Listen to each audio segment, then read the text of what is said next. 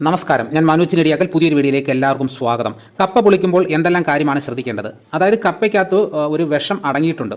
അത് ചീനി കണ്ടിട്ടില്ലേ? നമ്മൾ ഈ ചീനി ഇല പശുക്കളൊക്കെ തിന്നു കഴിഞ്ഞാൽ പെട്ടെന്ന് ചത്തുപോകുന്നത് കണ്ടിട്ടില്ലേ? അപ്പോൾ നമ്മൾ ഈ ചീനി ഇല വെയിലത്തിട്ട് ഉണക്കി ഒക്കെയാണ് പശുക്കൊക്കെ കൊടുക്കുന്നത്.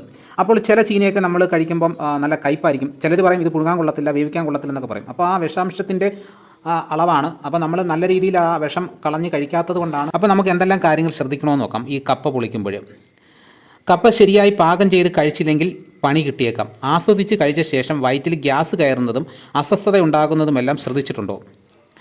കപ്പയിൽ അടങ്ങിയിരിക്കുന്ന ചില വസ്തുക്കളാണ് ഇതിന് കാരണം. ഇവ ഒഴിവാക്കി കഴിച്ചാൽ കപ്പ ആരോഗ്യകരമായ ഭക്ഷണം തന്നെയാണ്. സുരക്ഷിതമായി മരച്ചീനി കഴിക്കാനുള്ള മാർഗങ്ങൾ എന്തൊക്കെയെന്ന് നോക്കാം.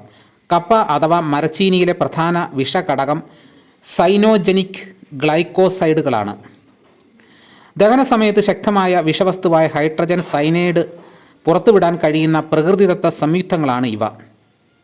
മരച്ചീനിയുടെ വേരിൻ്റെ പുറം പാളിയിലാണ് സൈനോജനിക് ഗ്ലൈക്കോസൈഡുകൾ പ്രാഥമികമായി കാണപ്പെടുന്നത്. പ്രശ്നങ്ങൾ ഇല്ലാതാക്കാൻ മരച്ചീനി കഴിക്കുന്നതിന് മുമ്പ് വിഷാംശം ഇല്ലാതാക്കേണ്ടത് അത്യാവശ്യമാണ്.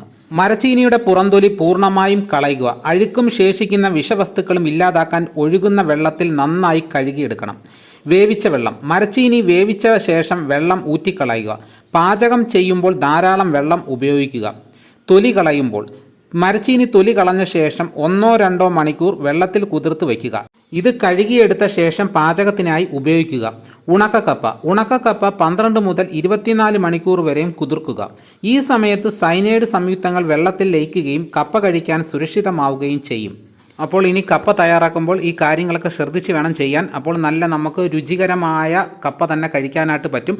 അപ്പോൾ കൂടുതൽ കാര്യങ്ങൾ എല്ലാവർക്കും മനസ്സിലായി കാണുമെന്ന് ഞാൻ വിശ്വസിക്കുന്നു. ഇതോടുകൂടി വീഡിയോയുടെ പൂർണ്ണമാകുന്നു. എല്ലാവരും ഒന്ന് ലൈക്ക് ചെയ്ത് സപ്പോർട്ട് ചെയ്യണം. നിങ്ങൾ ആദ്യമായിട്ടാണ് ഈ ചാനൽ കാണുന്നതെങ്കിൽ സബ്സ്ക്രൈബ് ചെയ്യാൻ മറക്കരുത്. മറ്റൊരു വീഡിയോയുമായിട്ട് ഉടനെ ഞാൻ എത്തും. എല്ലാവർക്കും എൻ്റെ നന്ദി.